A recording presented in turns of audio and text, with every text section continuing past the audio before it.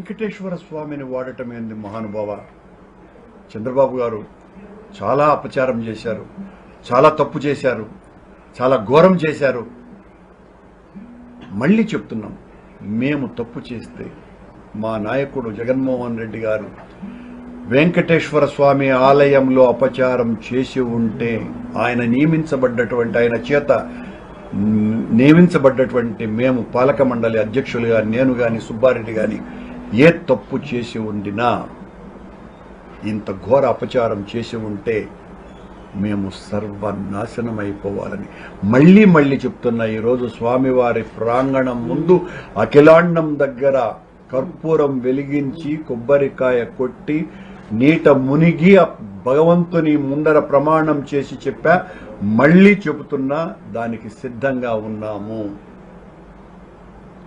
మీ sit స్టాండుల్ని కాకుండా CBI చేతనో sitting judge చేతనో విచారణ జరిపించవలసిందిగా మీకు విజ్ఞప్తి చేస్తున్నాం. చాలా తప్పిదం చేస్తున్నారు. నేను మొత్తం హిందువుల ఆరాధ్యదైనటువంటి వెంకటేశ్వర స్వామి ఆలయంలో మీరంటూ ఉంటారు, ఇలాంటి వాళ్ళు భగవంతుడే చూస్తూ ఉంటాడు, ఇలాంటి వాళ్ళనందరినీ కూడా శిక్షిస్తూ ఉంటాడు, భగవంతుడి ఆన లేకపోతే ఏమీ జరగదు కొండ మీద అని చెప్పేటువంటి చంద్రబాబు నాయుడు గారు మీ తైనాతీలకు ఆ వెంకటేశ్వర స్వామి చలువ వలన, ఆయన యొక్క చరణామృతాల స్పర్శ వలన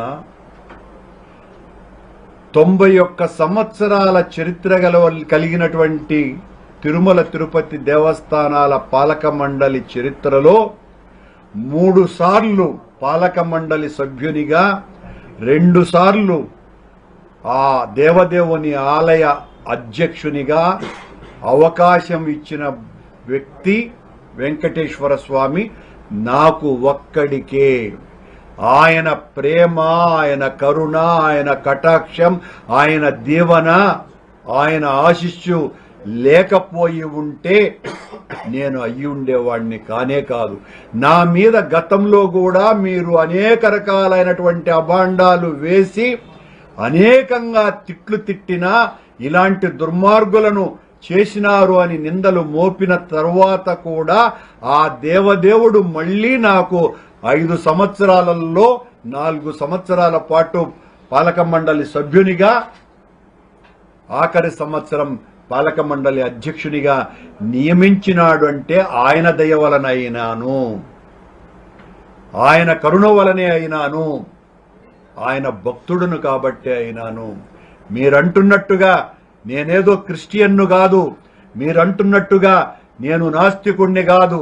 అవి 2 అయినా కూడా నేను ఒకవేళ మీరంటున్నటువంటి ఆరోపణలు అవి 2 నిజమని తేలినా నేను దేవదేవుని ముందర ఏ ప్రమాణం అయితే చేశానో దానికి కూడా సిద్ధంగా ఉన్నాను, అదే ప్రమాణానికి కట్టుబడి ఉన్నాను. చాలా తప్పిదం చేస్తున్నారు. మేము ఏ తప్పు చేయలేదు. వెంకటేశ్వర స్వామి ఆలయ అన్నప్రసాదాలలో, లడ్డూలలో మా వలన ఏ రకమైనటువంటి కళంకితము జరగలేదు. ఏ విచారణకైనా మేము సిద్ధమని మరొక్క మారు తెలియజేస్తూ సెలవు.